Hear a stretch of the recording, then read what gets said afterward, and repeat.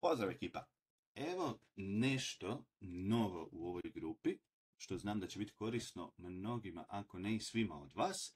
A možda ne znate, ali redovito, čak nekoliko puta tjedno, šaljem roditeljima e-mail sa mini savjetom za učenje. Zovem savjet super učenja u manje od minute. Znači, kao što vidiš tu iza mene, kratko, nešto što možeš pročitati u manje od minute i odmah iskoristiti u svom učenju. Ono što sam odlučio, vama te savjete iste dati, ali malo zapravo i proširiti. Pa ono što ekipa na mail dobije, vi dobijete još više, još proširenije. Pa idemo prvo pročitati današnji savjet super učenja, a onda ću ti dati još neke dodatne informacije i dodatne savjete kako da ti još bolje koristi. Ok, kaže problem, ne učiš s razumijevanjem, a savjet super učenja je treba objasniti šta to znači. Odraslima je lako procijeniti ako nešto ne razumiju, djeci nije. Zato djetetu treba objasniti kako provjeriti ako razumije lekciju. Evo jednog objašnjenja koje pomaže djeci na mojim edukacijama. Ako uz pomoć knjige možeš riješiti ispit za 5, sve točno, onda potpuno razumiješ gradivo.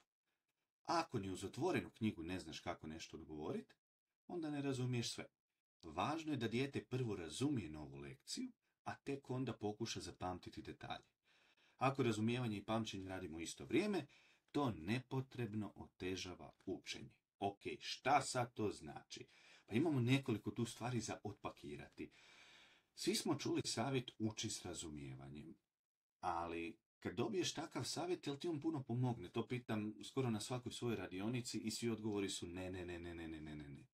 Šta nam to znači? Pa niko od nas, bar se nadam, da se niko od nas ne trudi učiti s nerazumijevanjem. Jel tako? Ne sjedneš za knjigu i kažeš, sad ću ovo ići učiti uz 0 razumijevanja. Ma ne.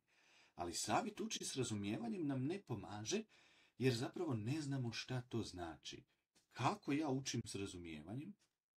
Kako? I druga stvar, kako ja uopće znam da razumijem neku lekciju? I to pitanje kad postavim, neki imaju dobar odgovor na to, ali jako puno vas nema. Pa idemo sad dati jednostavno pravilo, to je jednostavan test. Zove se test otvorene knjige. Gle, ako ti nešto razumiješ, a još nisi sve naučila ili zapamtio, barem uz otvorenu knjigu bi trebali moći odgovoriti točno na sva pitanja. Na kraju lekcije u radnoj bilježnici, neki radni listić ili ako imaš primjerak ispita, uz pomoć otvorene knjige trebali bi znati odgovoriti na sve. To znači da razumijemo čitavo gradivo i da možemo pronaći u tekstu određeni odgovor. Sad, ako ni uz pomoć otvorene knjige ne možeš odgovoriti na sve, pa to znači da čak zapamtiš cijelu knjigu, da ju kao neki robot fotografskim pamćenjem zapamtiš, da opet na ispitu ne bi dobili dobru ili najbolju ocjenu, jer uz pomoć knjige ne znamo riješiti sve. Znači, to nam je jedan jednostavan test za razumijevanje. Probaj uz pomoć otvorene knjige riješiti sva pitanja u gradivu koje imaš. Ako znaš sve riješiti, super, možeš dalje. Ako ne, vrati se još koji put pročitaj ili potraži pomoć da ti neko bolje objasni.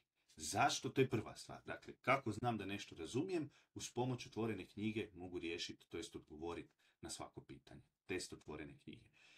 Druga stvar, šta znači učiti s razumijevanjem i kako ti to pomaže da lakše i brže naučiš? Pa kad razumiješ lekciju, tek onda ju kreni pamtiti.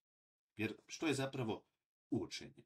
Kako treba, ili učenje s razumijevanjem? Pa to znači da razumijem o čemu se radi i da sam zapamtio sve važne detalje.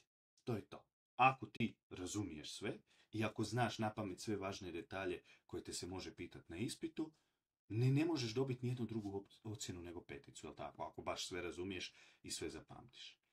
Sad, razumijevanje smo rekli, test otvorene knjige. Drugi korak je onda pamćenje. I greška koju većina, i ja sam ju radio, ali većina i dalje radi, spoji pamćenje i razumijevanje. Šta to znači? Pa prvi put otvoriš neku novu lekciju, ti odmah čitaš i odmah se ili brineš o tome koliko puno ima za zapamtiti ili odmah pokušavaš zapamtiti važne, ne znam, ako je povijest godine, ako je priroda, biologija, definicije, odmah radiš u isto vrijeme i razumijevanje i pamćenje.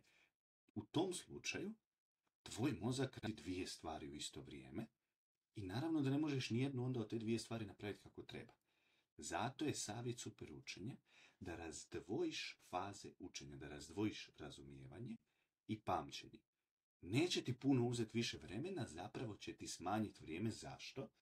Zato što ako nešto razumijem, onda to brže i naučim, jel tako? Kad ti je nešto potpuno jasno, jako se lako nauči. Kad ti je nešto nejasno, puno teže. Jedino možeš nabubat na pamet, a to je ono što nije učenje s razumijevanjem. Znači, odvoji si vrijeme, nekad će ti trebati 5 minuta, nekad ti možda treba 35 minuta, da potpuno razumiješ neku lekciju, da ju pročitaš koliko god je potrebno, da napraviš test otvorene knjige, i tek kad sve razumiješ, onda idi na pamćenje. Znači, u ovom prvom dijelu reci sebi, uopće se neću brinuti koliko ima informacija, definicija teških stvari, idem samo to razumjeti.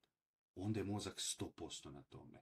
Onda kažeš, super, sad sve razumijem, testirao sam se uz pomoć otvorene knjige, sad kažeš, sad idem probati to zapamtiti. Onda 100% mozga radi na tom zadatku. I vidjet ćeš kako ti ide i brže i lakše. To je to. Znači, razumijevanje i pamćenje ne radi tu isto vrijeme.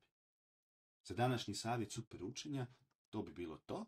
Obavezno, 2 stvari. Prvo, komentiraj da znam da si pogledao ili pogledala ovaj video do kraja. Svaka čast, jer ne naprave to svi.